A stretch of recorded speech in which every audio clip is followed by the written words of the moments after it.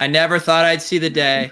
I never thought I'd see the day that the Cool Cats Master Challenge had come to a merciful end. I logged into my Top Shot account and saw that I just had one Steph Curry pack moment left to open to complete the challenge. I think I will ceremoniously open it later tonight on stream. We got NBL 267, Jack Settleman, Andy 8052, fresh off their New York Knicks experience, and Peter Jennings, who I will say something to right now. He will respond and be muted, and I'm going to try to get out ahead of it. How are you doing, Peter?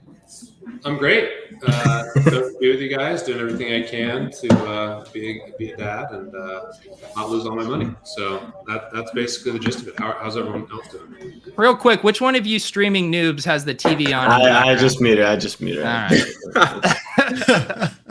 So let's hear about it. How was the experience? Our guy Eric Belair live tweeting it from the Club Top Shot account. It looked like you guys had a great time. Yeah, it was awesome. So we all met up before the game. We did a little pregame together. Jack and his college buddies came around, and it turns out that one of my wife's cousin and one of Jack's buddies are best friends from Teach for America. So that was a weird small world coincidence. Had a few beers, had a tequila shot, and headed over to the game. And take it away, fellas. Yeah, I mean, I only was with the boys at the pregame. My takeaways, outside of Mike being obviously a nice guy, Andy is ripped. Did not see that coming. Like, very intimidating. Full, like, he would talk about jotting down in his notebook when we play Lodden Thinks about his work. I thought that was kind of just like, his thing. No. Let's come on, Andy. We'll save that for. Take off the shirt. Just packed on the arms, and then obviously we didn't hit our minimum. Apparently, if you get an outdoor table at the Ainsworth, you have to spend $400. So we had to take tequila shots to get there. And Andy sucked down a tequila shot as if it was water. So actually, it might have been a little watered down, to be honest. It was definitely watered down. Could I take him in a drinking contest? Probably not, but I'm down to at least attempt one. So I saw that tweet come through, and I thought you guys were getting ready to do like a German boot beer chug off right there. What happened? It wasn't. We should have. With the benefit of hindsight, we definitely should have done that. No, because I watched back the game in the morning, and I definitely don't remember like the first 3 minutes of the second quarter. So I don't know if that was my level of intoxication or maybe I was in the bathroom. But if we had done a chug off, I was perfect. And then final thing, Belair, he was the man. He was great. We talked some aliens. So I was going to circle back. I didn't get to hang with him during the game, but just a genuine nice guy. And it's always fun to meet, people that come from the community. It's really cool. Yeah, and Blair's going to hop on with us later, by the way. Cool. Oh, great. Yeah. Okay, good. Yeah, Eric was awesome. He took a train in. We met up at the Ainsworth, and I felt very, very lucky that Eric won the wheel. I'm sure everyone else would have been great too, but he was an awesome hang. We chatted about everything, but most importantly, as Jack said, about the alien thesis, and we came to terms on that. We didn't come to terms on MJ versus LeBron. That evolved into Brady versus Mahomes, and no, it was awesome. Eric was fantastic. I'm excited to have him on the show later. We've been texting a little bit since then, and we're hoping to meet up with him again in the future for a drink or two. Yeah, you guys were. Really fun. Andy, did you had a good time there at the game, other than getting shamed for where your seats were? Yeah, I didn't buy the seats personally, and also I don't know if you guys have looked at the crypto market lately. Allie and I, like, not as a joke, went to see a house that when we signed up to see the house, we could afford it, and we went to see it, we couldn't afford it anymore. That was not a joke. That was really real life. But no, it was a lot of fun. It was really, really fun to be back at Madison Square Garden and like with a crazy crowd of Knicks fans who were all just like going insane. I'm going with my dad again tomorrow, and I'm so excited. It's gonna be so fun. Where are you sitting tomorrow? Did you upgrade or? Because I didn't. Yeah.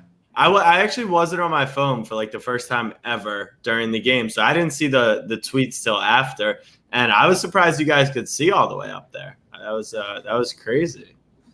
Yeah, I'm in section in one of the 100s, like relatively low down. Okay. There's a dead cat bounce on your Knicks tickets. Yeah. Yeah. I mean, and the game itself was awesome. The environment was crazy. The Garden was going nuts, and there were a few like big moments. The quickly three that Jack posted about. The Barrett dunk was awesome.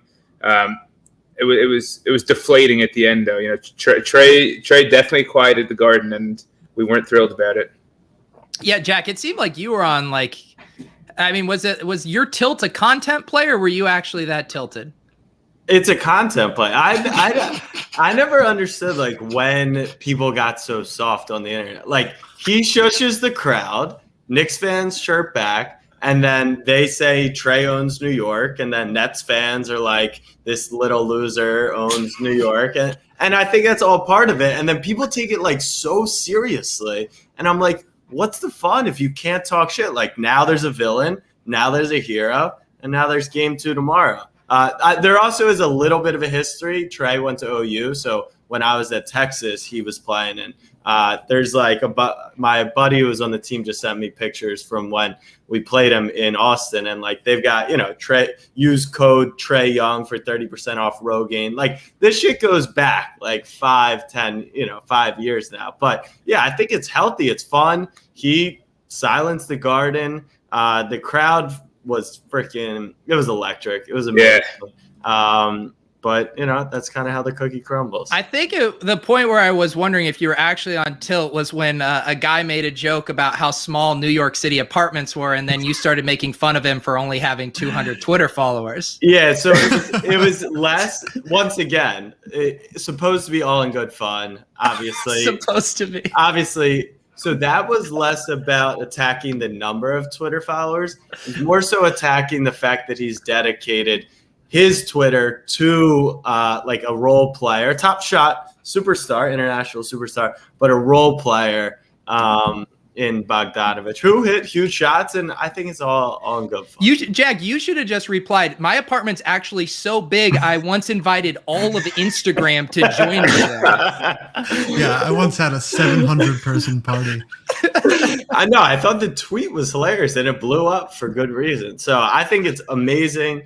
I just hope we don't get swept. I feel good. Randall didn't play well. Tomorrow night, Garden should carry us home, and hopefully even this year. I think it'll probably be one of the best series of the whole first round. These teams are so dead even when it comes to just talent and everything that it'll be the little chess moves, and they kind of made the first move in game 1, and we'll see.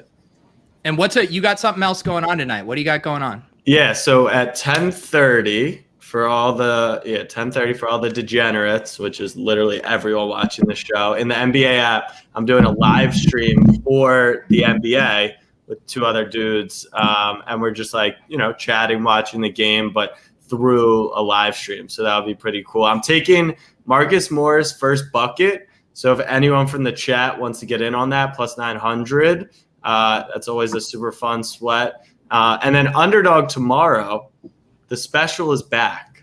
We're going to have a special, slightly different rules because last time we did the special, we cost Underdog pretty much their Series A fundraise. So they're limiting us a little bit. Max bet 25, but they're going to 5X it. So 25 to win 125. We're going to pick the player. I'm going to pick the players in the morning, but it'll probably be Randall over and probably Trey under. So that'll max bet 25, and that'll be fun. New depositors, old depositors, use code Jack, use code Pete, use code Eric Belair, use whatever you want. But let's get another sweat in tomorrow night. Promo code Pete, just Jack Specialman. Yeah, I love that. You won everyone over with the last one, Jack, and this is the one they all turn on you. This is how it works. You're rooting for it so bad. I know. No, I love seeing the community make money as long as they're using the right promo code. Yeah, what else do we have going on in here? We had an interesting week in Top Shot. I feel like one thing that I thought was interesting is there was those auctions going on, and what was it? A LeBron? Was it a Cosmic? Holo. Yeah. And number 6. And was that Jeremy who won it? No, it was his buddy. That okay. Yeah. But yeah, his buddy won, and got it for what was it, like 36 or something? 33. 40, I think, yeah, 40K after buyer's premium. So it's funny.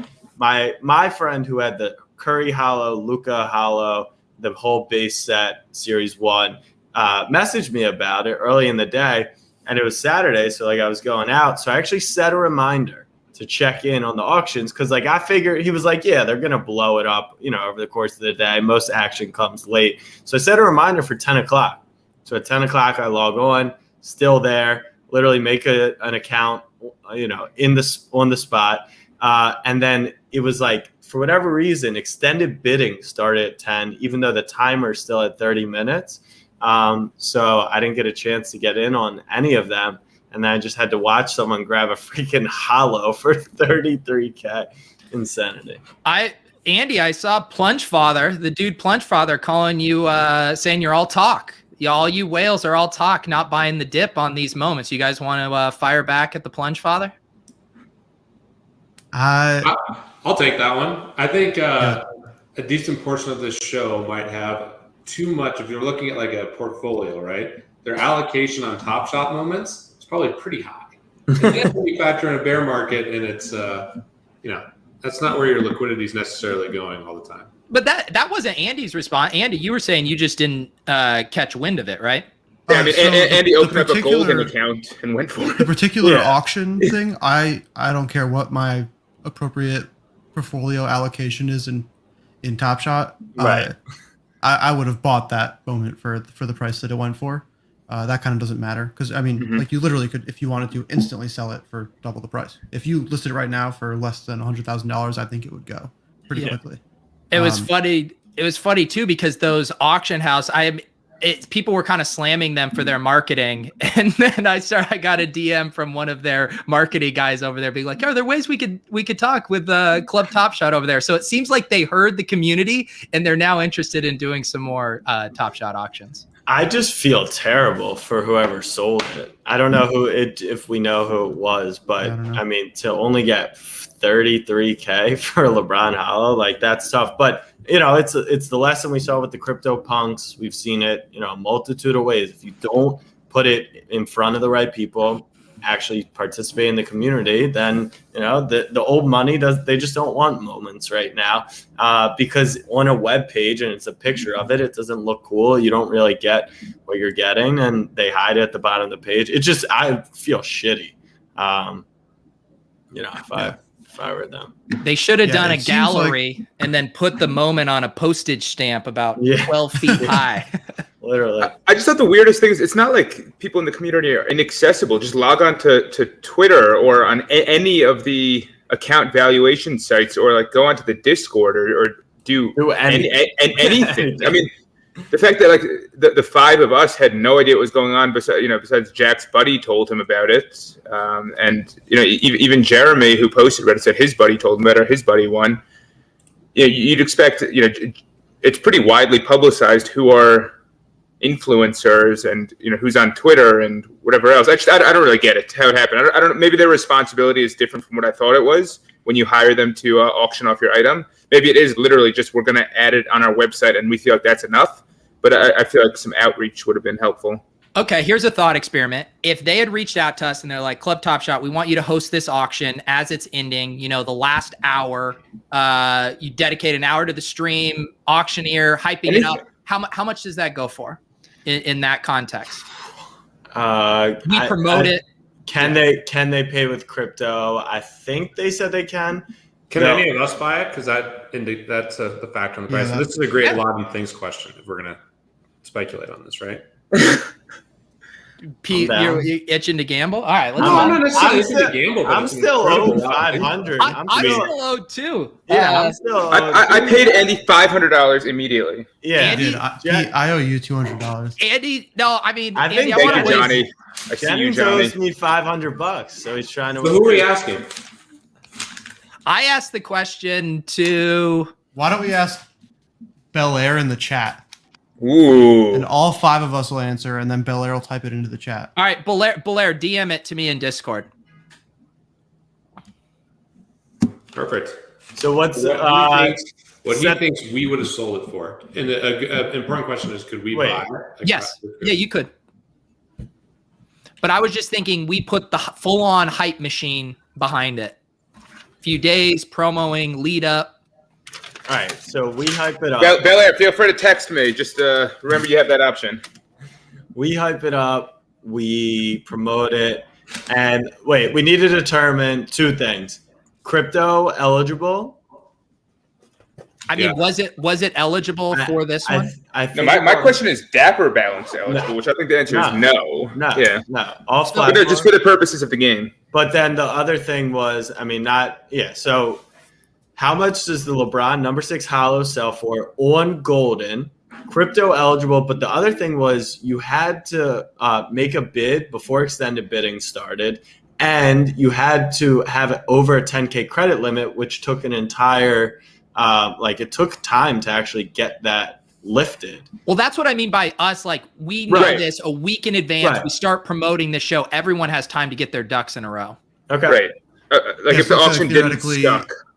Theoretically, Tuesday we announce it. We tell everyone about it. Then the next Tuesday we live stream the end of the auction. Yeah. Okay. All right. So how much does Belair think the Holo number 6 Bron out of 32 sells for? Whew. And Jack, what did it go for? 30.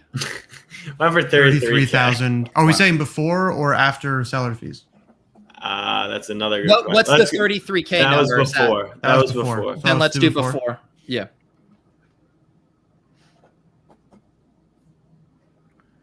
All right, I have mine. I'm going to go run and get a drink real quick. Okay.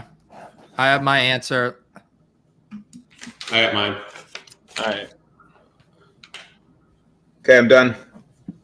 I'm trying to get these whales to put their money where their mouth is, Plunge Father.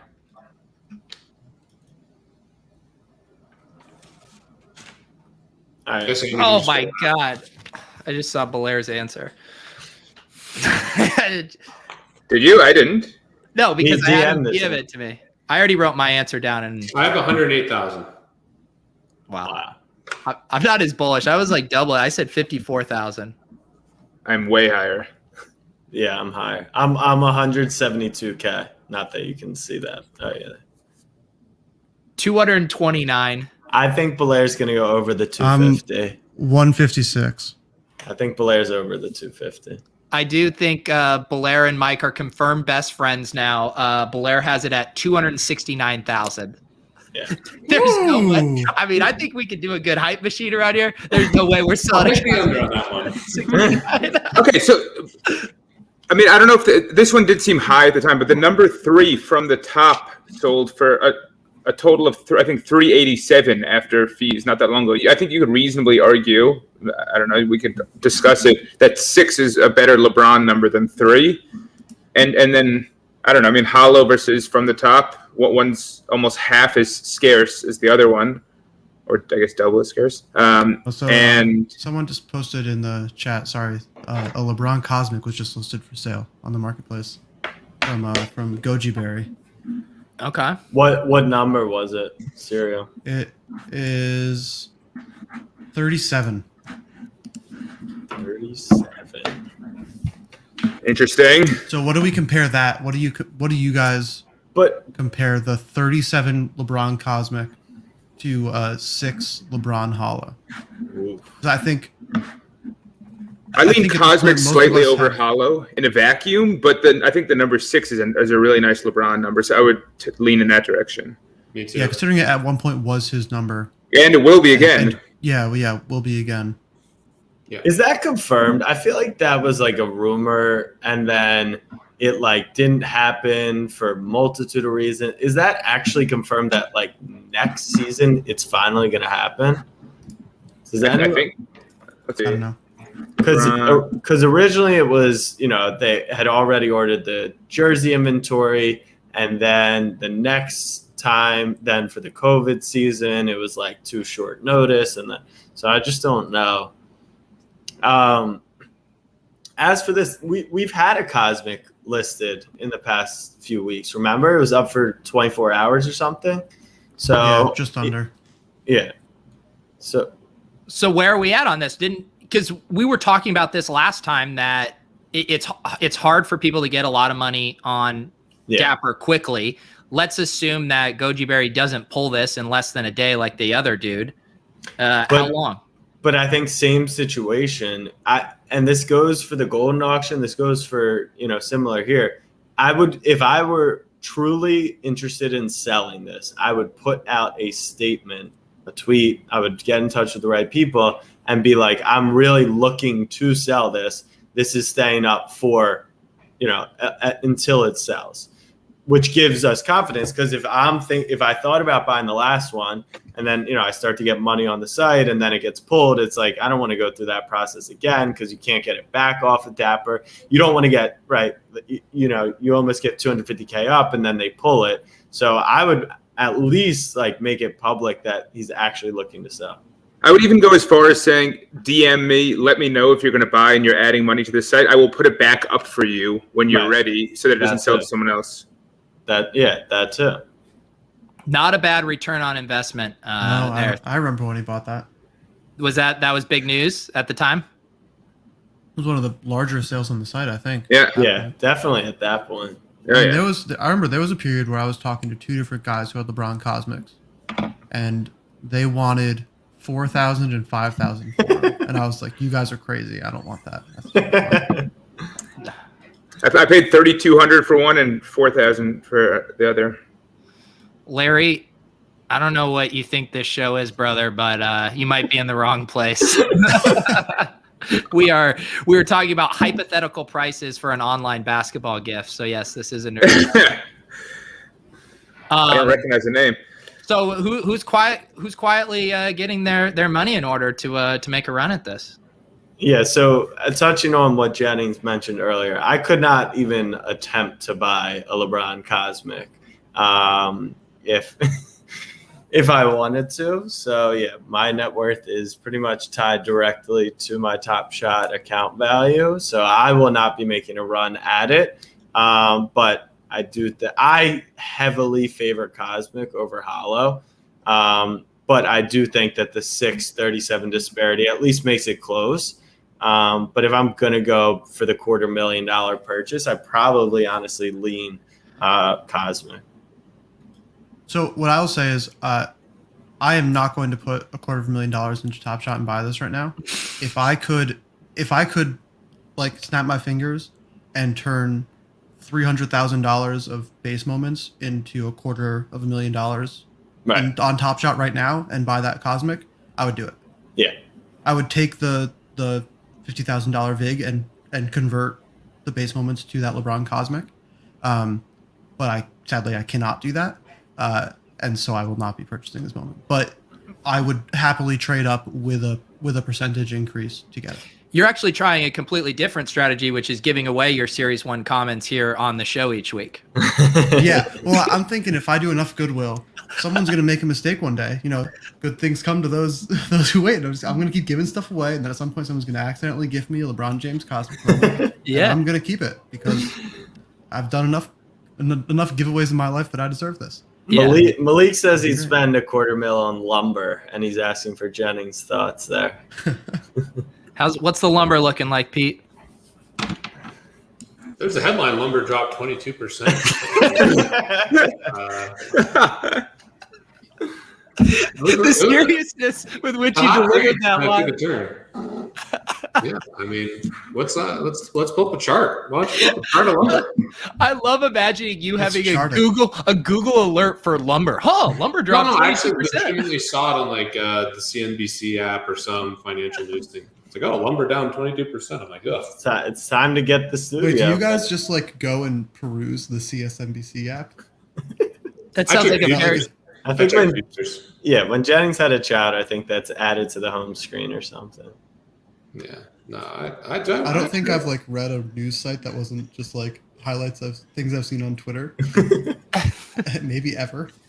Yeah, I check the futures most nights before I go to bed, and then they have 5 things. The most recently was Elon met with the Bitcoin community to make it creamy. I talked with my accountant today. And the two conversations we had. One, he was shocked that people can make a living on social media.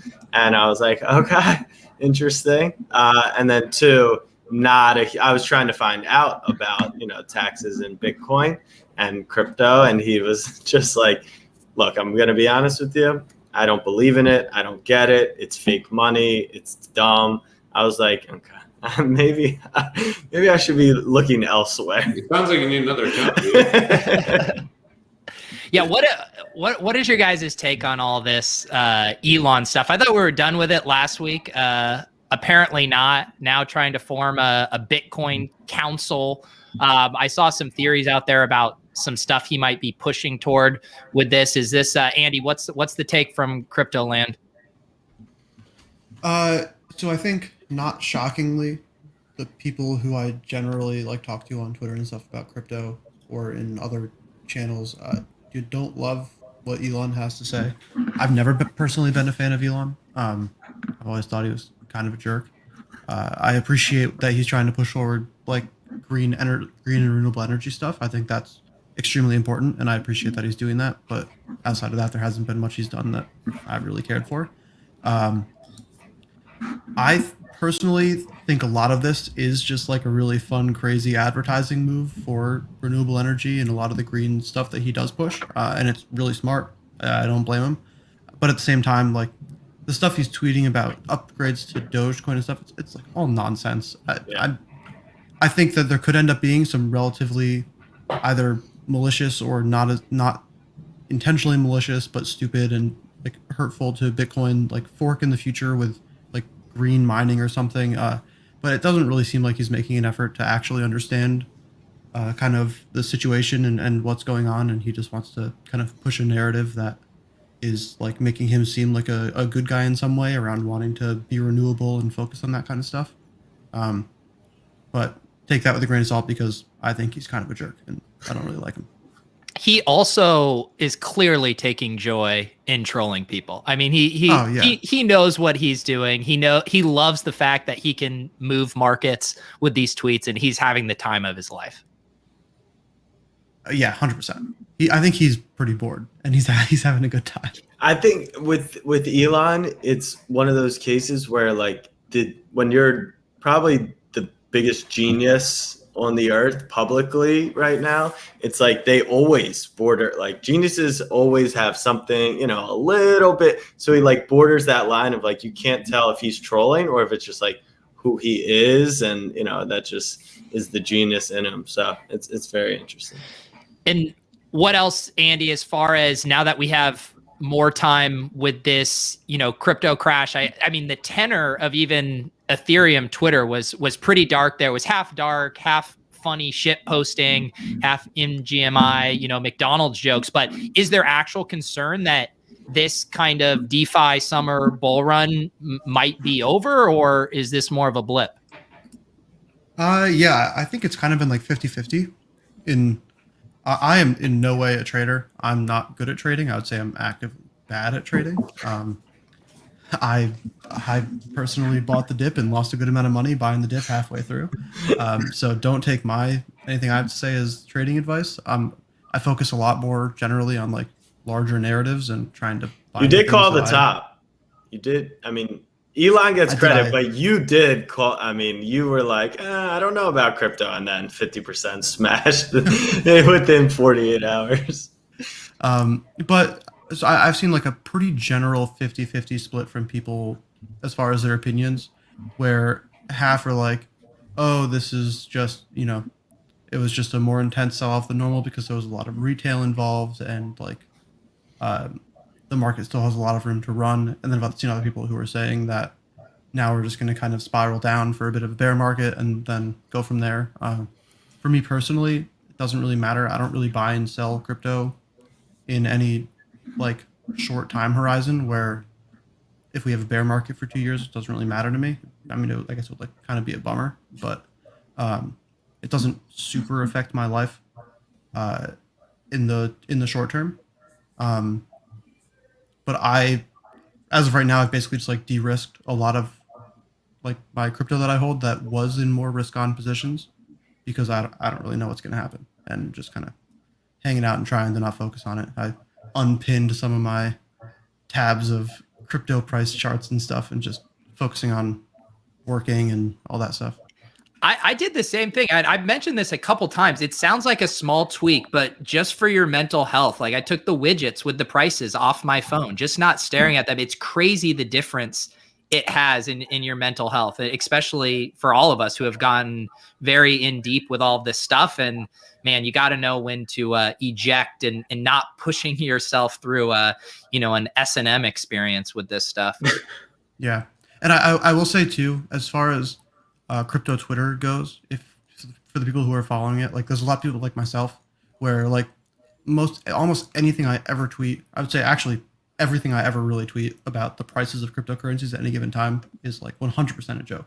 And there are a lot of people who are doing the same thing. Where like I'm tweeting, what if Ethereum only goes up for the rest of eternity? Or like it's all over, time to go work at McDonald's. It's all just, it's fun, and it's a fun way to just like make light of a situation that in general is like not super pleasant. But also a lot of people who are like tweeting more seriously about, oh, I bought the dip and oh, I did this perfectly. They're lying. And it can be easy to like FOMO into that and want to follow what they're doing in times like this. And what I've noticed is, some people are telling the truth, but it's very easy to just lie and gain followers because you called everything perfectly and then you just delete the tweets that weren't right because no one really notices or cares. When you say that you've been de-risking some of your stuff, maybe to let people know, does this include our sushi swaps? Does this include our Polygon and MATIC? Like where is that risk line? Yeah, so I had a few things that were where I was like borrowing stable coins and doing other stuff with them. And so I stopped doing that because I didn't want to risk the market going down more and getting liquidated on those borrowing positions. So that was the main thing. The stuff that I'm still doing similar stuff in like Sushi Swap and on Polygon because those are relatively risk off positions in general.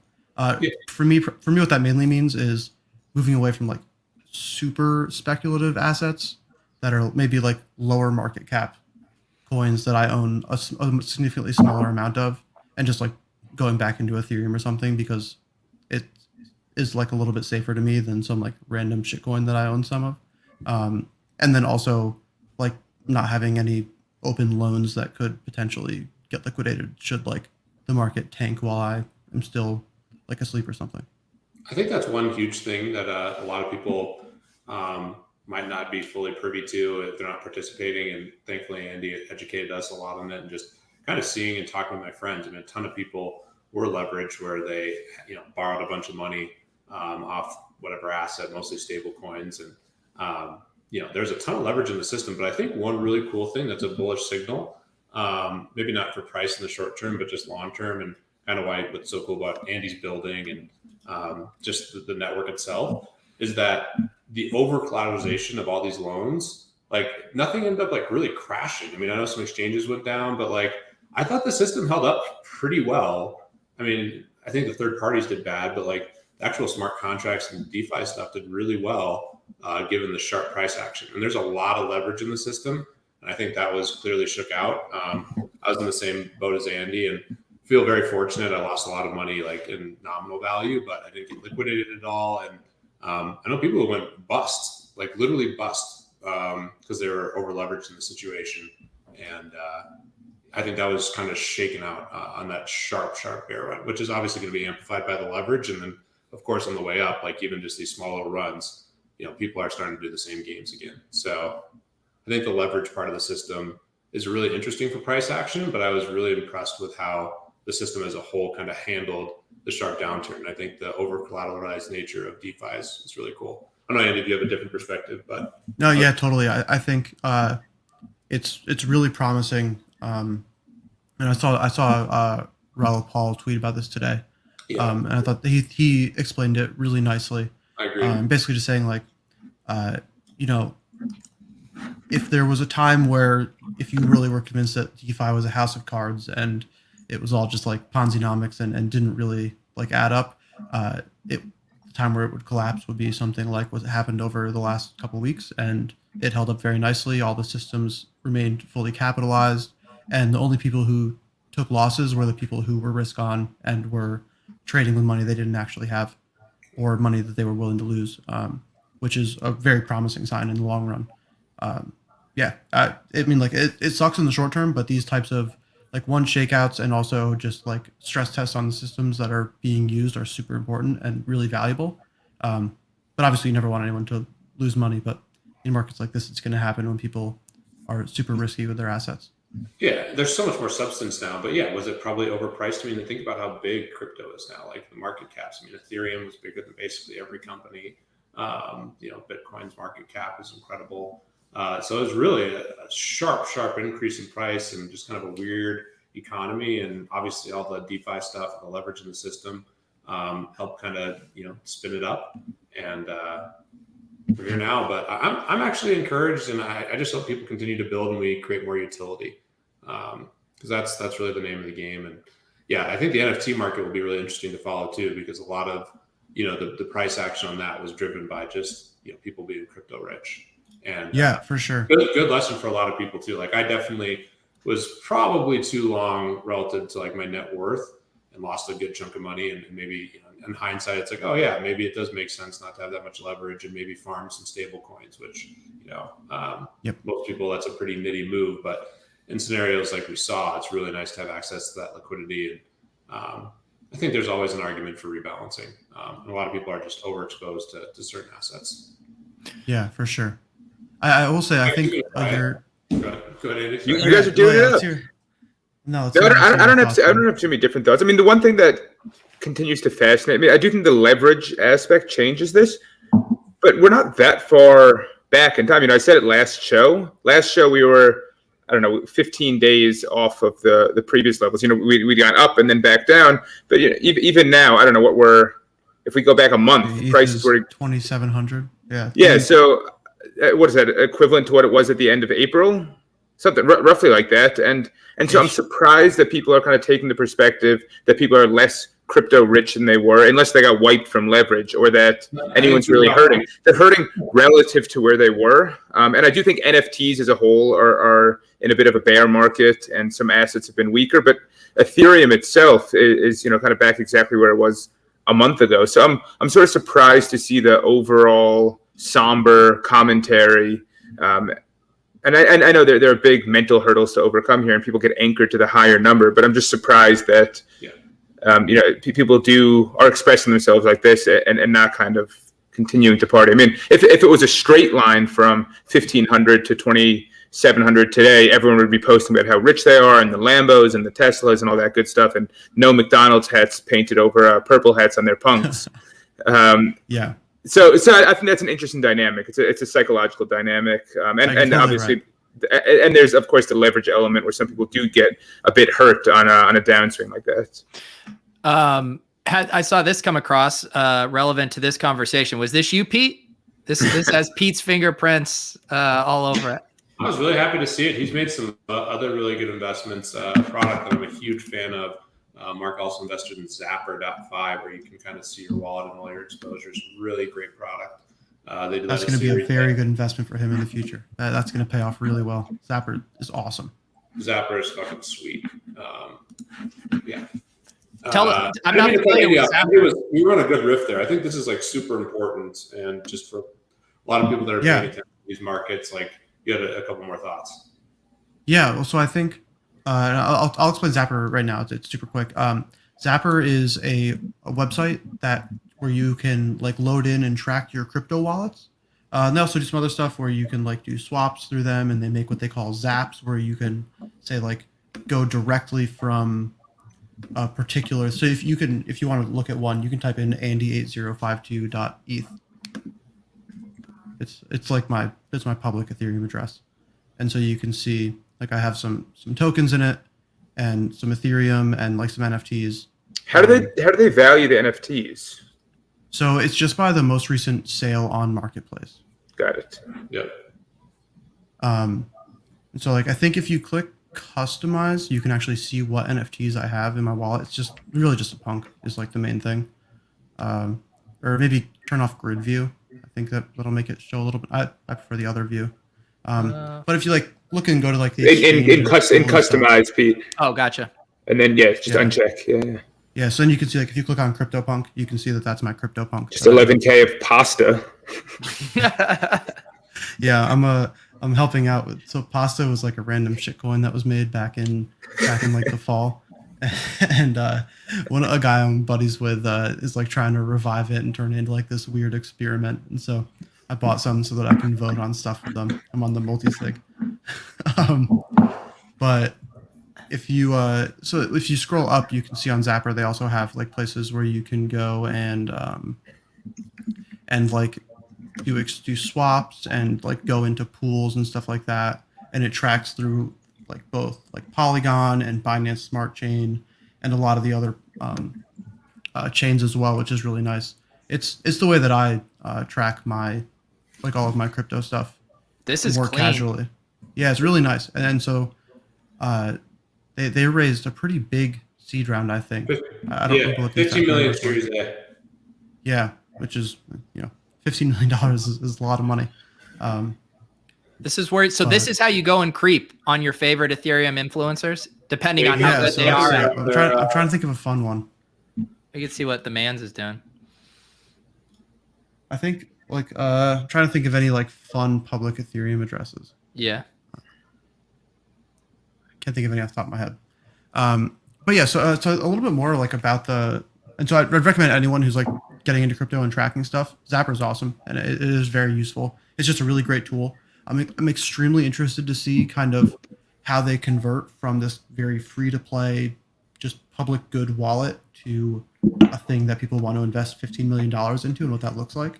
I have my own speculations on what that would be, but that'll be very interesting. I think there's a lot of stuff in the space that is going to have to kind of make that leap at some point soon, and I'm very curious to see what that looks like. But I think thinking about the larger crypto space, and Peter mentioned NFTs a bit, Perugia, who is someone who bought one of the crypto aliens.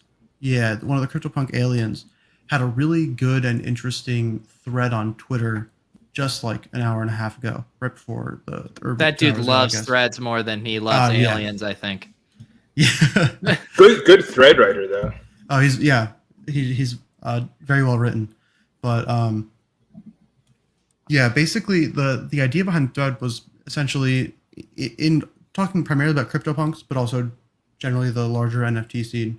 That one of the interesting things with buying NFTs right now is the opportunity cost of kind of DeFi and how much money DeFi protocols will pay you and the interest that you can earn on them versus buying like an unknown asset like an NFT. It was really good. Let me see. Let me pull it up and I'll share it. They should be. Yeah. Well, so basically what the case that, how do you spell their name on Twitter?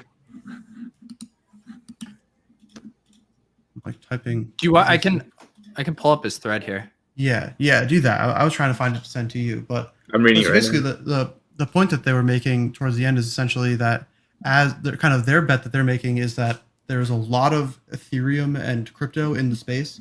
That is the easy answer is that the better opportunity cost right now is to go and farm with those assets. But probably basically they're saying the best answer normally isn't the easiest answer. And so they're betting that like NFTs and particularly punks in the long term, when kind of those risk rewards, when those like yield farming rewards dry up, they will see excess Ethereum and other funds flow into CryptoPunks as a result of that, because the opportunity cost isn't quite as intense as it is right now. It was a very interesting thread. I think it's worth reading about. And just like thinking about, it's something that I've thought about a lot personally, where it's like, okay, I have my assets that are farming on SushiSwap or Polygon and stuff. Why would I buy more punks when I could farm and I know I'm going to earn 10% annually or 50% annually? It's a very interesting kind of like a thing to think about and kind of reason with what are people doing with their capital right now that might not always be around, and what effects is that going to have long term on the overall like ecosystem when that capital moves to something different. Interesting. Yeah, that's like all I've been thinking about too. I mean, just asset allocation within crypto is really interesting.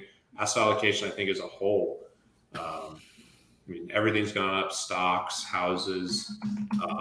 There's definitely. I'd love to hear Mike's opinion on that too. But then you have crypto. Sitting on cash is really interesting right now, just because a lot of people are predicting heavy amounts of inflation. And if you look at asset prices, I think we're seeing much more inflation than what CPI is showing us. So it's an interesting spot, and I love the punks, and I love NFTs, but they would have more utility and value if they could be collateral, or if you could use them in some way, because the trade-off and the opportunity cost versus farming and DeFi is significant.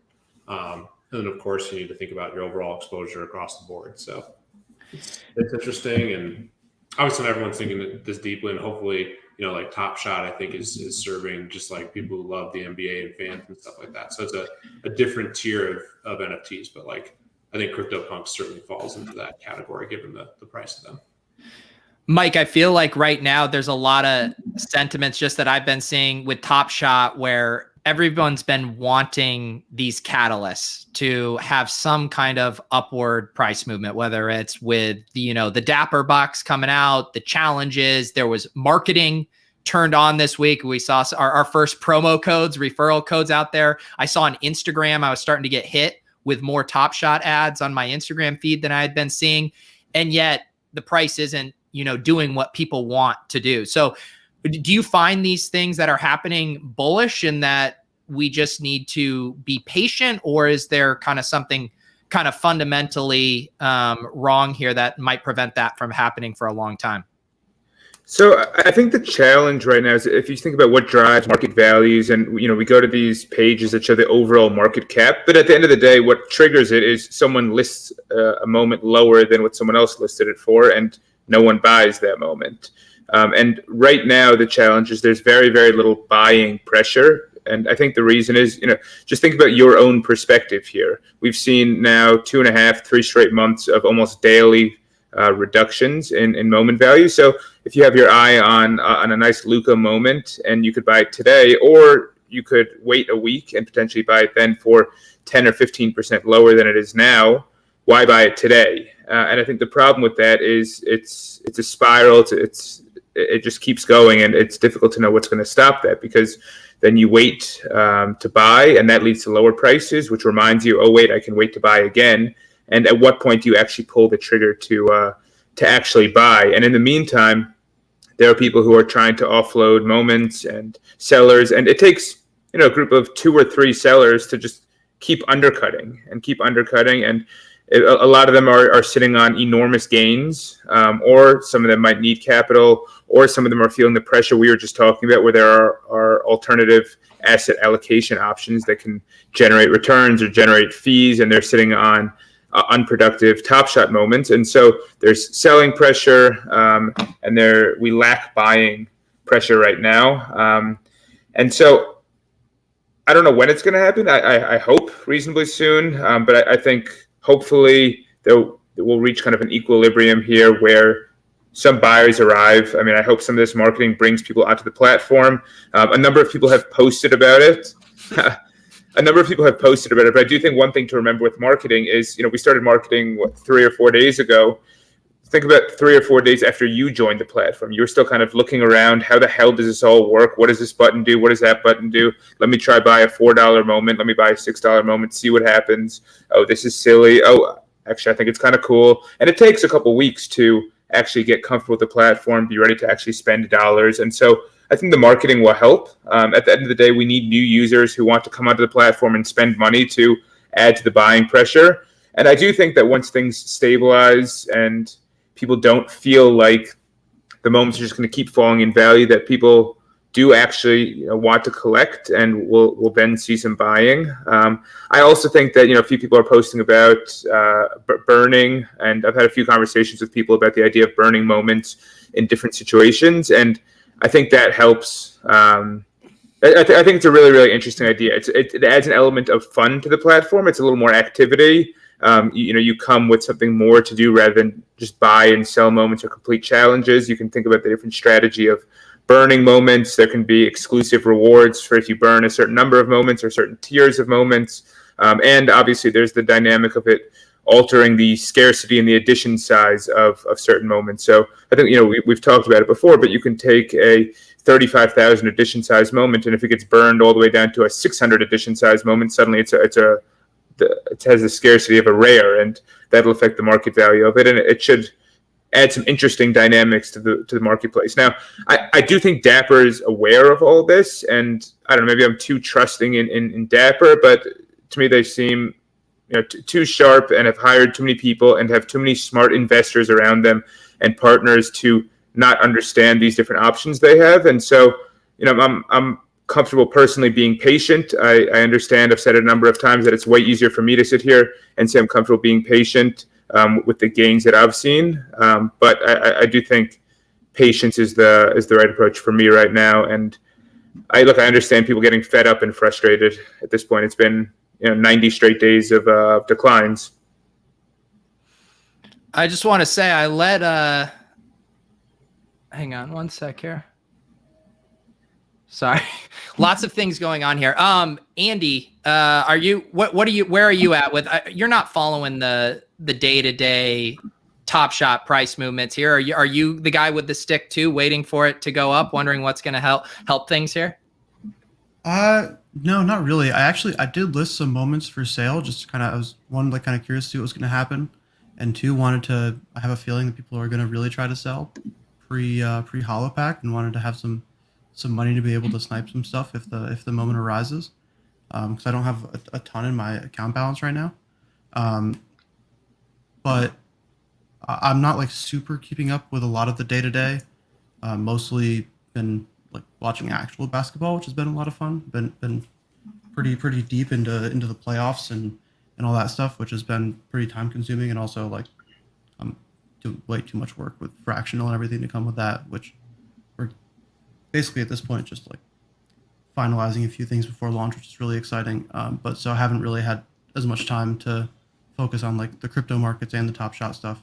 Yeah. How close are you guys with fractional? We are going to have a call tomorrow to lock in a launch date. Nice. Which is exciting. It will 100% be next month.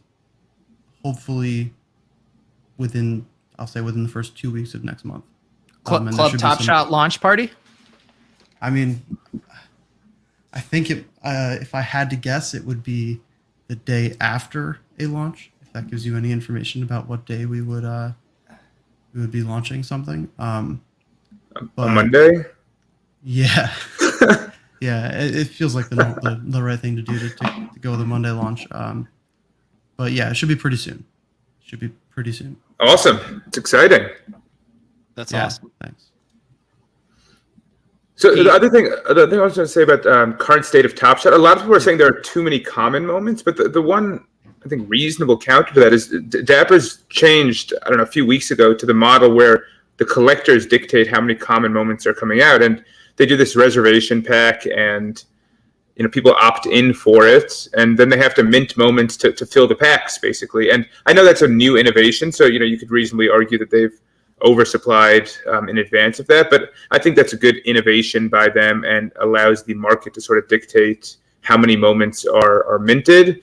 And obviously Dapper has to make decisions on the rare edition sizes, the legendary edition sizes, prices of packs, and so I think that's obviously a consideration too. But on the base moment side of things, I think that's a really good innovation by them. Let the people dictate.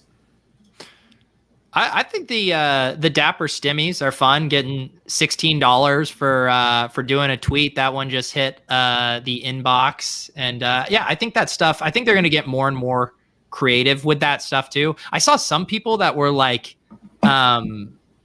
bearish on the referral code things, as if that couldn't be spun as anything as a positive, incentivizing people to bring more people in. I don't really see how that is bad. But people sure love to galaxy brain some of this stuff. I think people are frustrated as a whole. I'm seeing a lot of just kind of overall negative sentiment kind of everywhere on Twitter, and it makes sense. A lot of people are down 50+% on their accounts. I think it's part of the challenge of being able to see your account value just front and center anytime you go to any of the Top Shot analytics pages. And so people are extremely focused on that. I think if you think about any art collection or sports card collection, it doesn't have those same dynamics. And so that's definitely a challenge. But yeah, people are stressed and fed up and very vocal about it. Yeah. What do we have any price guesses for where this Lamelo Master reward settles? You know, this has been the carrot at the end of the rainbow here for this Master Challenge for a while. We had, you know, the initial Lamelo moment that came out on the site was very underwhelming. His first play, this was supposed to be the Lamelo moment here. Is this gonna pay off for the HODLers? Let's see. So as of right now, it costs just about a bit over $2,000 to complete the challenge. So, I mean, odds are if you bought a Luka to complete this challenge, you probably aren't looking too great. Yeah. But let's see. As of right now, there are 1,864 people who have completed the full set, with another, let's say, there's probably another good like six or 700 who are probably going to complete it. I know what moment is kind of the max. Luka's the bottleneck. Yeah, it's roughly 3,500. Roughly 3,500 Luka's. Yeah, well, so just Luka's currently trading at 1,100 or the lowest ask. So doing some really quick napkin math, it seems like we're probably going to end up in the 2,500 to 2,700 range for completions here. Okay. It'll probably find itself being worth, I don't know, like $1,500 or something. I would take that for a nice 4 months work. This is the yield farming equivalent of Top Shot. You're just toiling away in the farm, collecting your cool cats, a shepherd herding them. My analogies are very mixed, but you get what I'm trying to say. Actually, maybe I should do this now. I want to ceremoniously open my my Steph and see which the Steph moment is cool that they gave here, and I don't know why do you think they did it? Is there music? That's what we're gonna find out. Okay. Did you check the box? God damn it! Why did they do it as a pack and not? I think they're experimenting with that. A lot of people have wanted it for a while, and it makes it so it's tradable. I think eventually, when packs can be traded, you can trade your unknown serial reward. Gotcha. Also, I think it's just way more exciting when you get a reward to open a pack than to just look in your account and go, "Oh, I got it." Are you guys hearing anything right now? I probably have to hit open here first. Yeah. Oh. Just one moment. I feel like we've heard the sound before. I'm not playing the pack opening music because we'll play that in a little bit when we actually open packs. But big money. Steph Curry. One time. 12,000. Oh, there it is. That was the number you were thinking, right? That's exactly what he wanted. 12803. That's your lucky number. There you go. All right. That was fun. Man, it's tough that Steph's not in the playoffs. I know. Sad. I did just officially. Can we talk about something ridiculous? Did you guys watch that second quarter from Damian Lillard yesterday? I didn't watch it live. I watched highlights from it, and it was wild. Yeah. God, watching it live was, dude, he is a special human being. Unbelievable.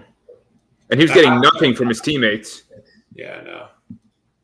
Yeah, obviously I'm rooting for the Nuggets, but Dame's been so fun to watch forever, and I feel like he just continues to raise his game. Like, he's just trying, like, he's clearly doing everything he can to get better. Who do you got in this series, Peter? Are Nuggets going to pull this out? I don't know. I think Portland might actually win this. I mean, dude, Dame has been – it's basically Damian, and Jokic had an unbelievable game that was just overshadowed by what obviously the Nuggets got the win. But Jokic is unbelievable too. And I'm very bullish on the Nuggets going forward. If we had Jamal Murray, we'd have a real chance at shipping this thing. I will say, my guy Facundo, man, he's stepping in. He's stepping in and playing great. I know. From what I've seen in the few box scores I looked at. I'm such a CP3 truther. I just want to see the Suns just run over the Lakers and make a real run out of the West. That'd be cool. The West is open. Imagine. I mean, the Clippers. Is that game started? See, I'm checking it. No, it's 10:30, half an hour. Any second. And Lakers are about to go. Our friend Jeff Jones. Lakers Phoenix Stars. We haven't seen him in a while. He has a question for you, Peter. He wants to know if you're still simping hard. I don't even know how to respond. I'll drink my wine. Well, okay. All right. We have a couple of our VIPs in the hopper. I say we bring them in right now. We got Brian and, of course, Eric Belair. Welcome to the show, fellas. How we doing? What's up, Brian? Hey, how you doing today? Hang on, Brian. Is that a man's coin on your suspenders? No, What? This Yes. is incredible. Club Top Shot stickers and a man's coin. And is that I a love Bill that. Murray shirt? it's a Buffalo Bill. I get Oh, it. amazing. Incredible. This is cool. And I just wore a white tee today. I'm getting shown up here. Look at that. What man's coin do you own? Number 70, 69 plus 1. There you go.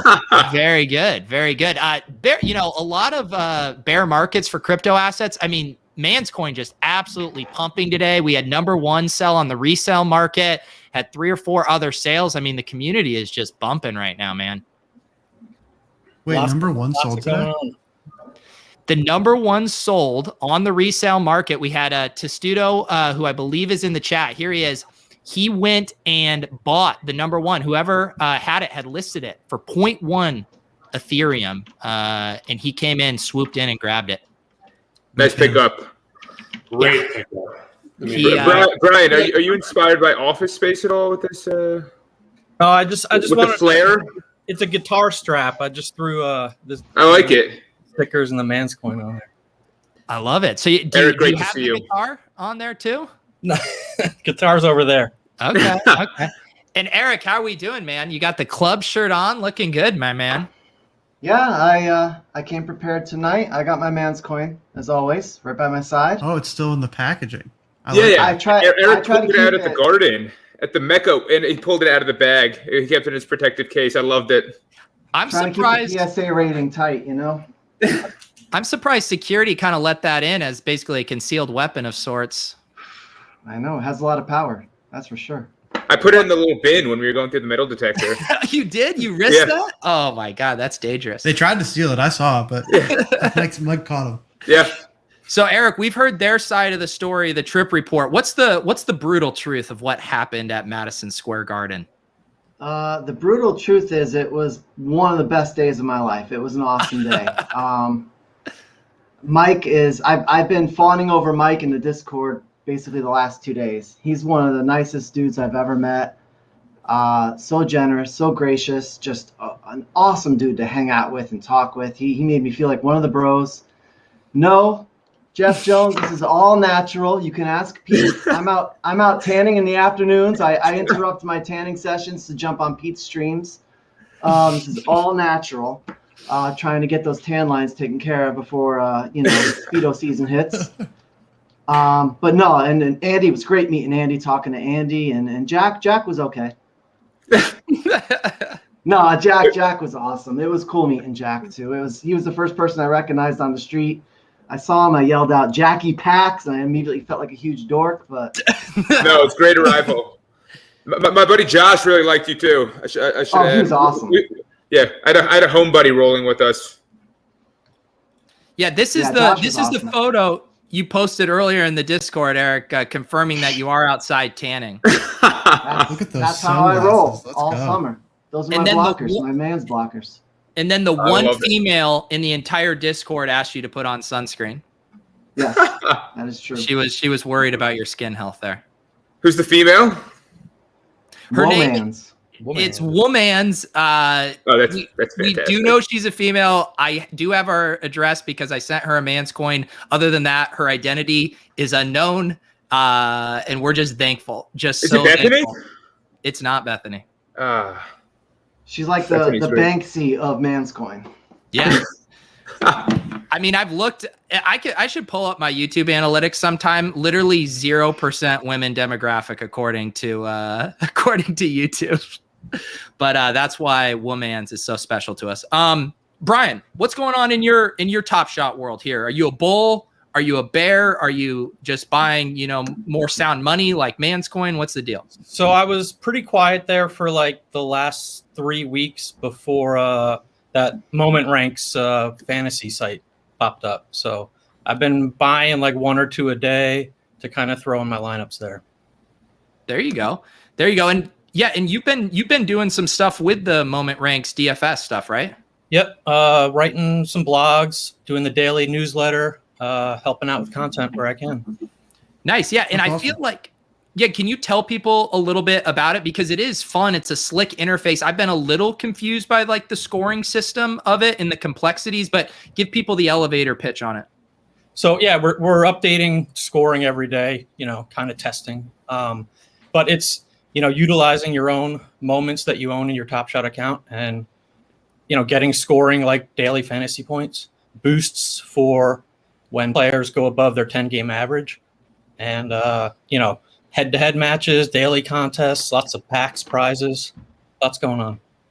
That's awesome. Yeah, I've had some fun messing around with it. Been some cool prizes, and then also getting in those head-to-head streets as well. Are you guys going to just continue? Are they offering prizes for these free prizes for all of these, or is there going to be a shift in how you participate eventually?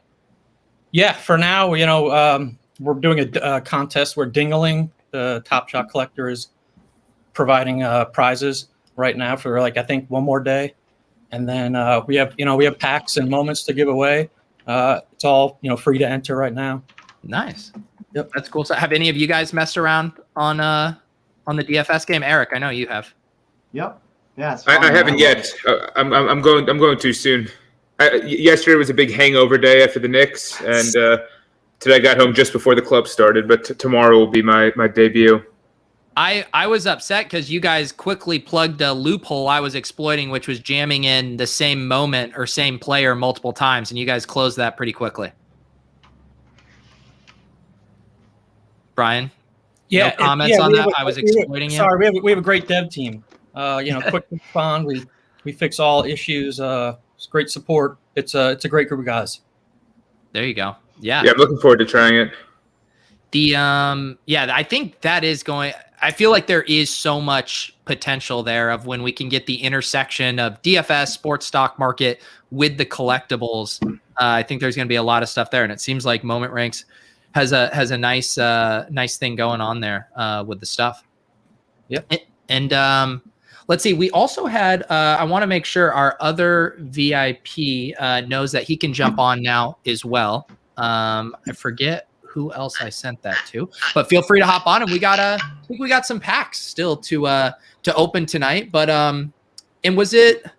I can't remember. Brian, was it you that had a question for Andy from the forum, or was that must have been our?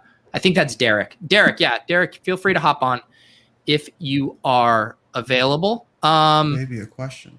Eric, what are you drinking? Tonight, I actually I went out to eat tonight. I had a couple gimlets and old fashioned. Now I'm drinking some Lefroy. Oh, nice. Wow. Petey. Yeah, Balling I out. love it. That's my style with scotch. What's up, Derrick? Hey, how's it going? Doing Hey, good. Derrick. All right. Just having a technical difficulty there. I think I'm good now. All right. Good. No, man, you got like your audio sounds good, and it seems like you got a camera in the ceiling there. What's going on? We're a little high on top of the monitor. I love it. Where are you broadcasting from? Outside of Philly. Okay, A little northeast Philly. there you go. You Well, coming to my tennis match?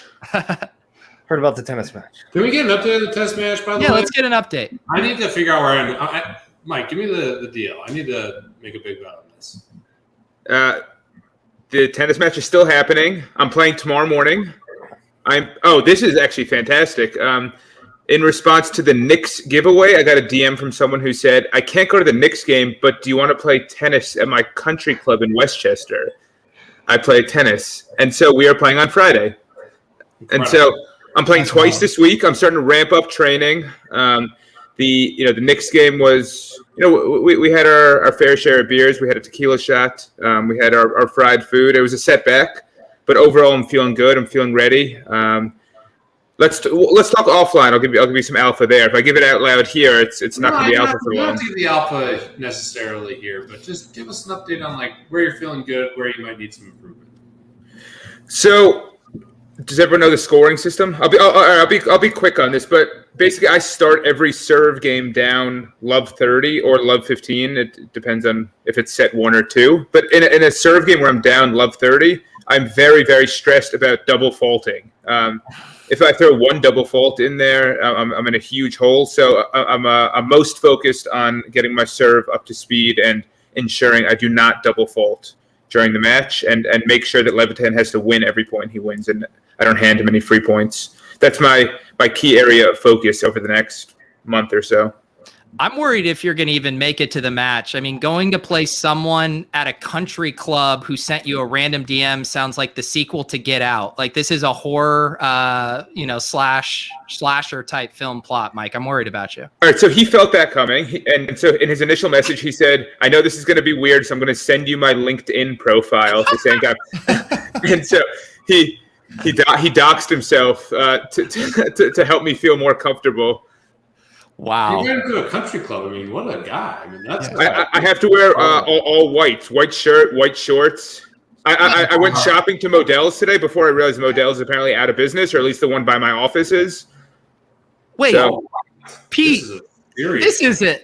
I mean, that can't be a normal country. Like I know about like dress codes, but wearing all white now, this does truly sound like a cult that you're getting. Yeah, honestly, sucked that's into. the most worrying thing I've heard. I've played at clubs where you need all white before. It's a tennis thing, you know. Oh, is it a tennis thing? This is- I Yeah. worked at a country club when I was in college. It's a tennis I've thing. heard of that at Wimbledon. Wimbledon, yeah, Wimbledon's all whites. There you go. Who said Are that, you Derrick? playing Wimbledon? Poor Mike's having to bleach his jeans now just for this tennis match. So that's the update on tennis. I'm playing twice this week. Probably playing next week a couple of times, and then we're running out of weeks here. It's almost game time. My Wait. cardio's in the shitter. Is this going to be like a public thing? Are you guys Yeah, having yeah. lots of people We're roll gonna be up? live streaming it. Okay. I'm going. Thank you, Woman's Coin. I appreciate that. What did woman say? Oh, White for tennis is standard. Okay, we continue to get more breadcrumbs about woman, someone who knows her way around the clay courts. Okay, Derrick, what's where are you at with Top Shot here? I always like to check the pulse, the VIP, seeing how you're feeling. You completing this Lamelo challenge? What's going on? I need 6 more to get the Masters. Yeah, working on the Cool Cats. 6 more for the Masters. So Okay, all one right. one is the Luca. It is what it is. Yeah. And gonna save that one for last. But hoping to do it. And I came in on the 25th of February, so right at the peak of that pump there, and sticking with it. In this for holding, I got packs. In this for the long haul. People talking dip. You know what dip? What dip? We're just we're going. We're just walking through the door to the other side.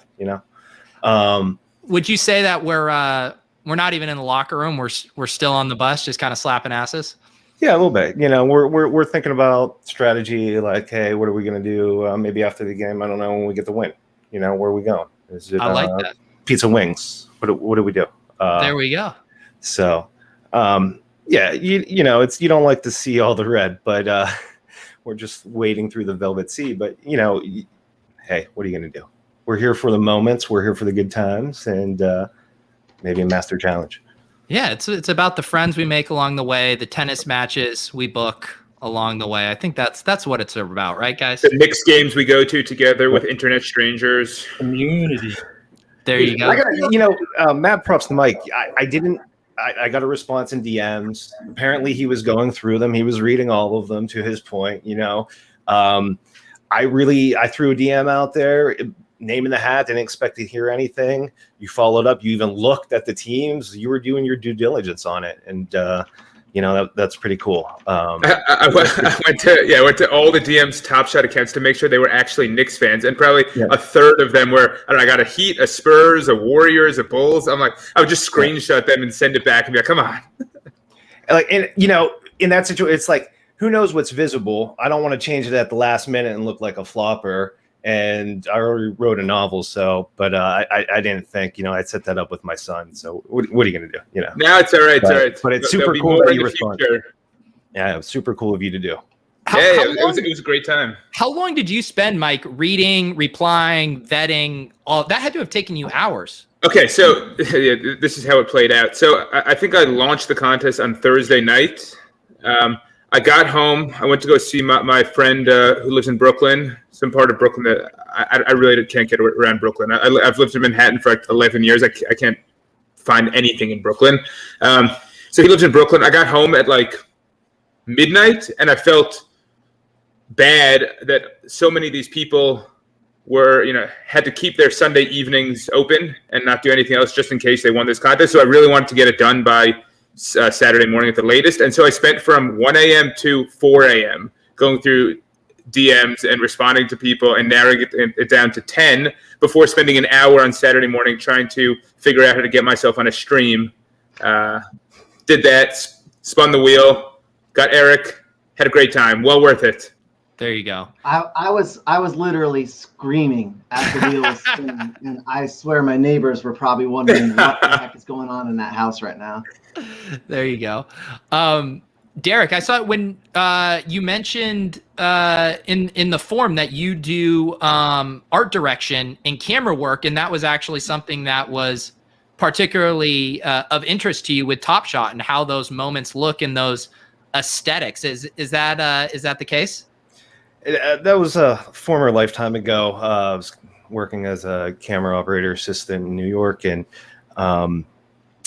it's something I think is undervalued and under discussed. Art direction, a whole of the moments, the still images going into the movie, like the Halliburton 2 badge. What is it, like 35 count?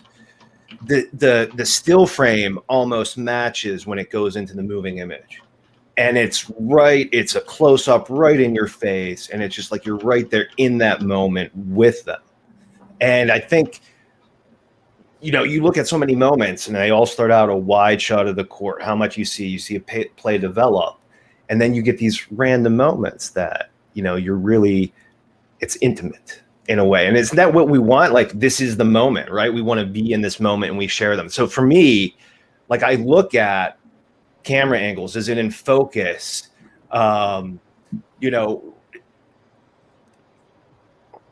Is this the moment you're referencing here? Yeah.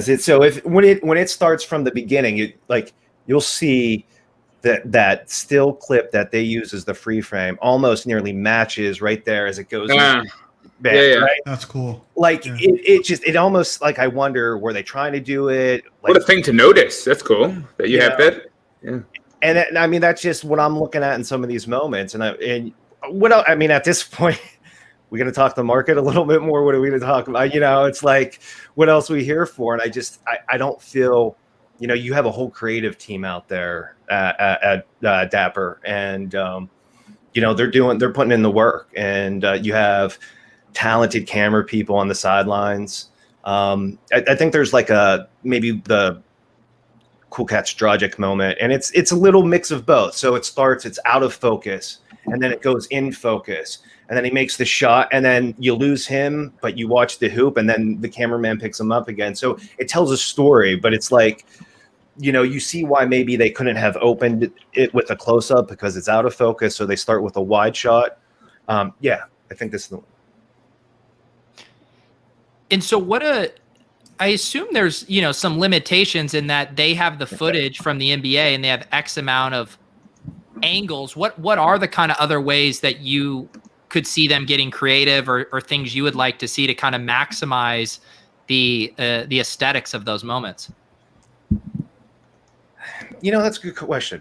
It's for the creative team to go nuts, right? I don't want to take away from the stills photographer, because you're probably looking at a stills photographer who's using that thumbnail. So you don't want to use a clip of the moving image because then it feels like a shortcut maybe. But what can you do there? I mean, I'm sure they could play with that. I mean, again, I'm going back to that Halliburton moment, but I just think it's really neat. You know, it comes to life at that second and it pops out at you. But that's like, how do you make a legendary more special? You know, other than some of the graphic art design you do you do something with camera work or what? But to your point, I think they're probably bound by sideline cameramen with the NBA's offering, you know, unless they can get their own team in there. Yeah. But then you get into, you know, contracts, unions, things like that. So I take it you're not a reveal all guy when you open these moments. You strike me as someone who's savoring each one of these frames here. Go over them. Go over them. You know, you got to think too. It's like part of it's you're going to sell some, you're going to flip some. You got to move pieces around. Liquidity. What do you want to separate with, and what are you holding on to? What will be valued in the future? We don't know, and we're all fishing for something.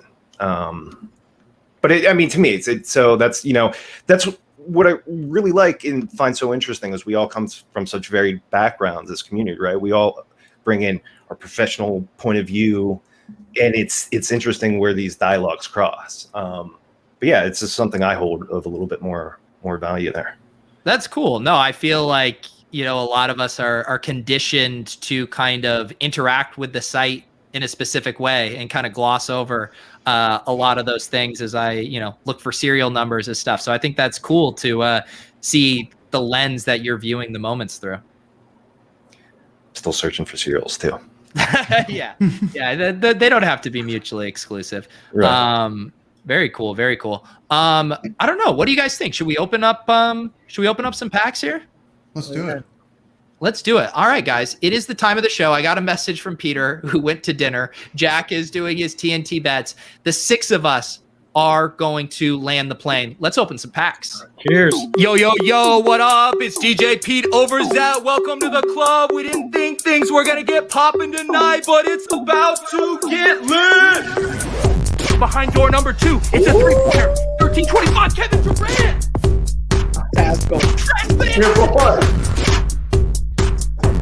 We're going to get a Lamelo. We're going to get a Luka. We're going to get a LeBron. Victory reveal. Let's go. God damn it. I don't need another layup. To the window. To the wall. The De'Aaron Fox stripped down my ball. 293 assists. 293. Everybody get their drinks. Let's get a cheers tonight before we open up these 9 packs. Cheers to our VIPs. Thank you guys for hanging out with us in the club tonight. Cheers. Thanks for having us. All right, who wants to kick us off here? Who's got something? I know, was it Derrick? Did you have a hustle and show? I think I do. You want to? I mean, if you're sitting on them, saving them for a particularly rainy day, I don't want to twist your arm. No, I offered the Curry Cool Cats, but I'm gonna renege on that one. If you don't mind, I'm gonna hold that for a second as I think that through. I might just buy the Curry and keep the pack. I don't know. So I'm kind of floating that around. I envision a day, maybe one day where we can sell sets. This set might be worth something, and maybe a little unopened Curry might be a cherry on top. I don't know. I wish I would have thought that through before I just casually ripped it open about 40 minutes ago. We would have pressured you into it. It wasn't your choice. Bro, you got your lucky number, 12803. That's man, I love that number. Means so much. Yeah, that was huge for you. Thank you.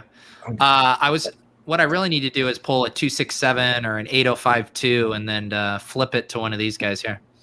All right, Derrick, it would be my honor to coach you through a StreamYard screen share tutorial. I got the box. Actually, yep, I got the share audio. Oh, I thought you were saying you got the box that you had already opened your pack without us. You're like, this is a great pack. I'm like, buddy. I'm gonna do a tab right here. All right. Great. Okay. There we go. You got it? I see the audio. You are a pro. All right. Look at this. Nice little set here, man. Wow. Yeah. I'm sweating the packs, but I'm eating off screen. Apologies. What are you eating tonight, Peter? What's for dinner over there? Shout out to Ashley. This is like unbelievable. It's like scallops and corn and red pepper salad with like some Nyoki thing. I mean, geez. I mean, dude, are we like? You're blessed. The dab right now. I'm feeling. Wow. Those scalps. He's doing the look best he can. really That's good. great. That's great. Shout out Ashley, as always. Ashley's doing everything she can, obviously. All How right, do you Derrick. how do you feel about this throwdown? I mean, I'm excited for it. Yeah. I think I'm Pretty looking pumped. at, That one had some funky music too, if I recall correctly. I'm gonna do Look at all these packs. Yeah. Pulled out. He's so used to going to open later. Yeah, I really am. That's like muscle memory. Here we go, baby. Derrick, Throwdown pack. Yeah.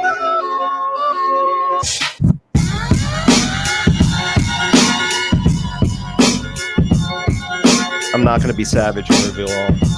Yeah, please don't. That's not a content play, Derrick.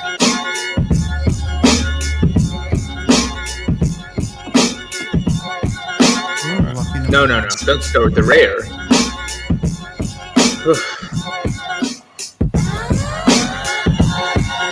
Almost Overzet's favorite number. Oh God. Oh. All right. Hey, you gotta click it to play the moment. Are we going to play it? All right. We're playing it. Yeah. I mean, the art director doesn't want to watch Yeah, it. there's some real-time analysis. We got two others. I don't want to take up all the time here, you know. No, you're good. We can make a meal out of it. Oh, that's pretty nice. I can't tell if the slow-mo is an art direction or an internet connection. I wonder that too. Whoa. All right, now we can move on.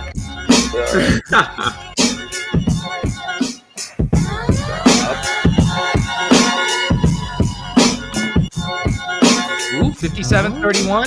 Oh, another debut. Look at all these first moms. I like that. I'll take those debuts. He had a good game last night as well. He's really good. He didn't get any minutes.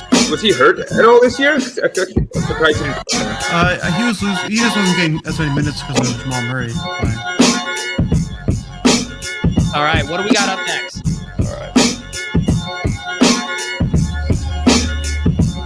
Scroll down a bit. There we go. Low cereal. Look at all Another these debut. dome packs. Yes.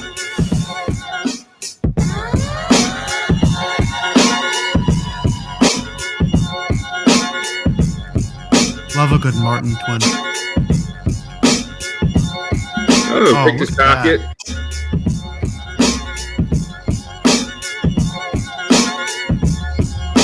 That would have been a good hustle show too.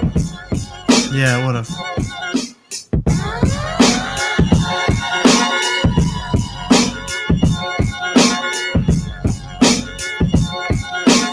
New York Knicks. Oh, Nice. There you All go. right. There's our boy.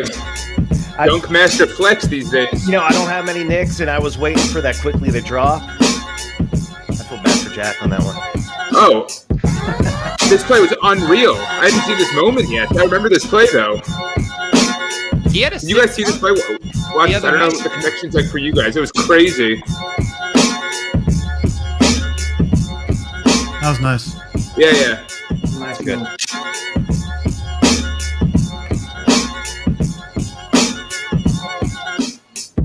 I want to go buy one of those. All right. Zach. Well, Zach Okay. Levine. Nice. Oh, we reached the end of the track. Wow. I feel like I would need like this fake or like music video with this.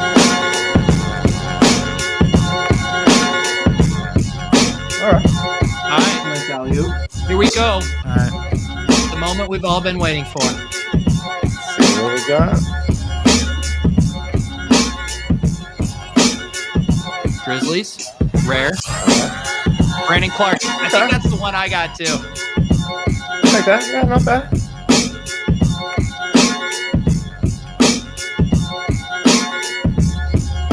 Very nice.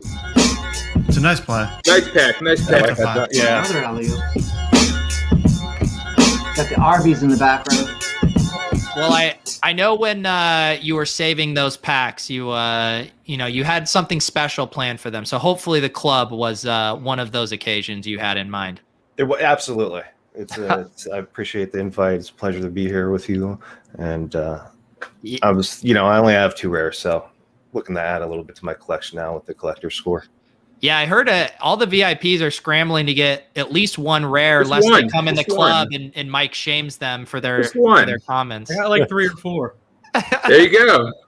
The 3. You need 3 for the trifecta, right? There you go. 3 is a good number. 1's Brian, a good you number. don't have any packs, right? No packs. Okay. Eric, do you have packs? All right, you want to open one, dude? Let's do it. All right, let's do it. Rock. All right, so I go to share screen.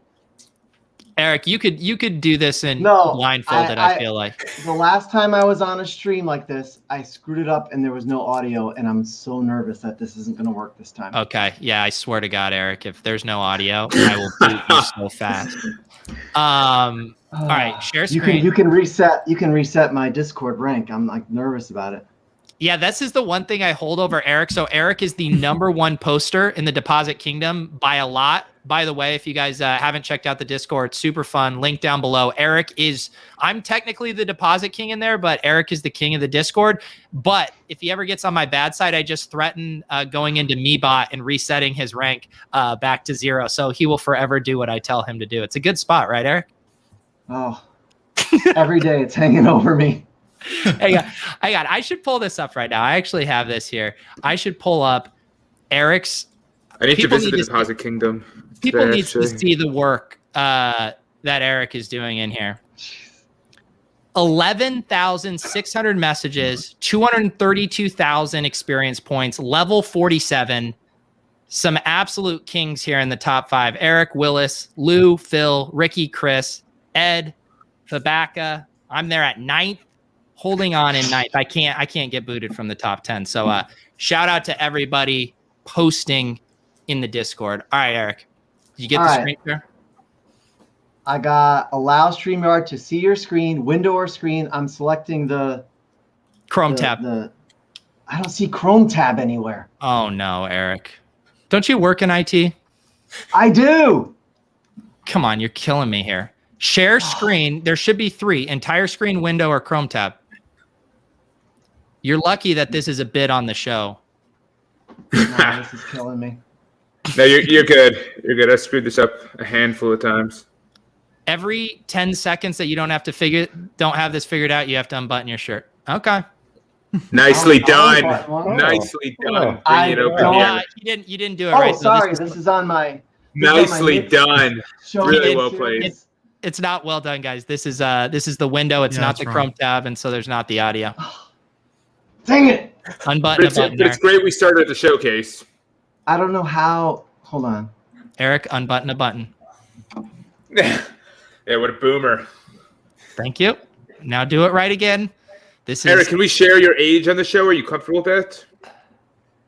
No, you know what I like to do? We didn't get to do this on Sunday. I'm sorry to waste time, but I like to make people guess my age. I love doing that. Sounds like Lodden Thinks.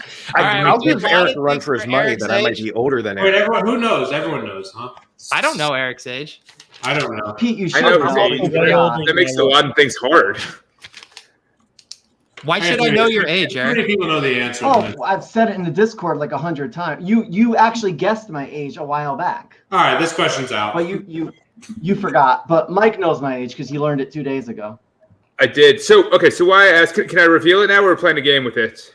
No, you can reveal it. We're not. All right. So Eric is 42, and why that's noteworthy is that Jack's buddy had a buddy there who's 21, which is extremely young, and I thought that was pretty interesting. Eric was double as old as someone else he was pregame with, and Eric held his own and some, drank the other guy under the table. I love it. You guys were going full on numerology, bro, with each other's age. Oh yeah, yeah, absolutely. Eric, are we going to take another stab at the Chrome? Wait, so are you older? I'm 41, and I'm about 12 days from 42. Oh, happy birthday. You know what? So. Is this a Google Chrome thing? Because I use Firefox. Oh God, you're a Firefox guy. Bye, Eric. There's the problem. It was great having you on the show, bud.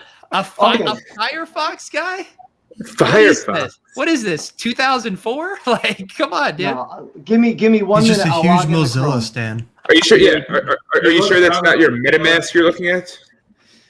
Hey, What? Jeff. Oh man. Jeff, I really need you to relax in the chat. Jeez. I really need you to relax. Jones. Jeff had a nice comment about Andy's physique earlier. I will say Andy's physique has not, I mean, that comment has been holding true. People are thirsty for you, Andy. Yeah. Andy Yeah, looks I mean- great. I don't know what you guys are. I was honestly like taken aback by Andy's size when he walked up. I heard that Eric went and hid behind a hot dog stand. He was just so afraid and intimidated of Andy when he first got. We broke the law at MSG, I think. Well, we got alcohol after the start of the fourth quarter. Yeah. Not only that, Mike bought it for someone else who was in line behind us. I don't think it's ever allowed back in MSG. You crypto bros think you can just do whatever the fuck you want, don't you? It was such an obvious play, but I didn't think of it. It was her idea because they drew the cutoff right after us, and she had been in line forever. And so I was like, "Oh, come on, like let her get one." And then she's like, she elbows me in the ribs. She's like, "Just add one to your order." I'm like, "Yeah, let's do that." There you go. And Andy, I spilt some of my beer on Andy, and I have felt horrible about it since it happened. Yeah, he won't For stop what it's worth, it apologizing. in no way but affected you. my life at all. Thank you, Andy. That will help me sleep tonight. All right, here's what. Okay, give me one more second. I'm Look sorry. I hear furious. I also typing. regretfully, Downloading Chrome. like, I No, wasn't I have- really I have appropriately Chrome. thinking about. Why do you use Firefox? We kicked him again. I didn't Did pick him. He did that. Anyone else himself. use Firefox? Is that a No. thing Why people would anyone do? use Firefox? No. In this economy? Um, What were you saying, Andy? I wasn't appropriately thinking about how long a basketball game is, and so we're in line in between the third and the fourth quarter. And I was like, "Oh, I'll get 2 beers because they're not going to serve anymore. We won't have to come back and get more." And it was just way too much volume of beer to drink in like the last 9 minutes of a basketball game. And so it got to the point where I was just like chugging my beers to try to finish them in time. And Did then you finish your the game second was one? I over. did not finish my second. Yeah, I did. You did? Well, Then the game was over and I had to pee really badly, but all the lines were really long. So then I just walked to a bar on the way towards the train and just walked in, got my temperature taken, used the bathroom, and left. Andy, I was a you little know, bad about it. being afraid of being able to finish a beer is not the kind of intel I like to hear when I'm about to bet my mortgage on you beating Jack in a chugging contest. I still have faith, It's okay. though. I still have Okay, faith. I am really sorry. Next time, Pete, if this ever happens again, perfect. oh, I like how he came back and it was as if you were still just talking to yourself the whole time. It's okay, Eric. Do it, but we got to close on a walk-off pack. all right. Let's go. I'm sorry for wasting everyone's time. There No, you go. Eric. See, Eric, this is still the window. It's not going to have the music. Are you just showing us your moments I or know proving that you're because a Knicks fan? I'm in Firefox. Yeah, I we couldn't can't get do Chrome- this without music. Oh my God. Okay, you're gonna have to give me like 2 minutes. No, we'll do it. We'll do it next time. Oh, Pete, I'm sorry. All right. You're going to have to apologize to me for a long time about this, Eric. Yeah, It just means you get to come on again. That's all. I do. I am glad you lost the other button. That is I'm payment. down to one button right now. All I right, can't believe I screwed this up. I'm sorry. No, you're good. I will close this out with a pack unless any of the whales have a pack they want to open. I'm not a whale anymore. It's over. For minnows. It's just all over. He's a dolphin now. I'm a little minnow. All right. Everyone else gets to sit on their packs except old Petey Packs, who has to burn through them for the show. Let's go, Petey Packs. No, this is Eric's. Get this out of here. Okay, I'm sorry. Ended. Oh, All right, fellas. Intrigue. Base set packs. Which one do we want? Go 33. 33? That's how old I am? It's my Larry Bird year? I'm going to be so sad when I turn 34 here in a few weeks and I can't tell people it's my Larry Bird year. I'm going to tell you it's my Larry Bird year when we're together next because I'm 33 for a while here, Pete. How jealous are you? I'm incredibly jealous. I've got a whole 33 ahead of me. Enjoy it. I hope I'm Larry Bird in a shooting competition.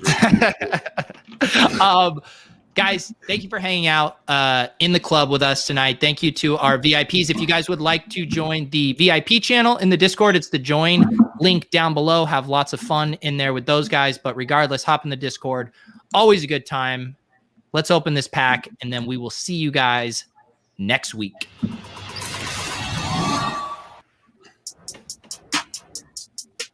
All right, Derrick, give me a number. 1, 2, or 3? 3. 3. Boom. Detroit Pistons, Mason Plumlee. Isn't there someone on Twitter who only collects Plumlees? Yeah. Who's it, Sonic Jamie? Oh, it is. If it is Jamie, slide into my DMs, Jamie. I will help you out. Maybe we can do an FVV for Plumlee trade. That's what I need to do. Actually, that should be my next thing. I do appreciate all the gifts. I think I need to work harder now. I need to start trading moms for FVVs. I need to be accumulating in this bear market my FVVs. Brian, 1 or 2? Let's go 2. 2. 3302. Juan Toscano Anderson. JTA. He was shooting lights out the other night. Yeah, he had a good game. 6 though. This is a nice little double pump there. All right. He's a good player. Eric, give me a number. Firefox or Chrome? 69. 69. Okay. Common, 19830. Lonnie Walker, the 4th. 6-pack. I miss his long hair. Oh, that was fun.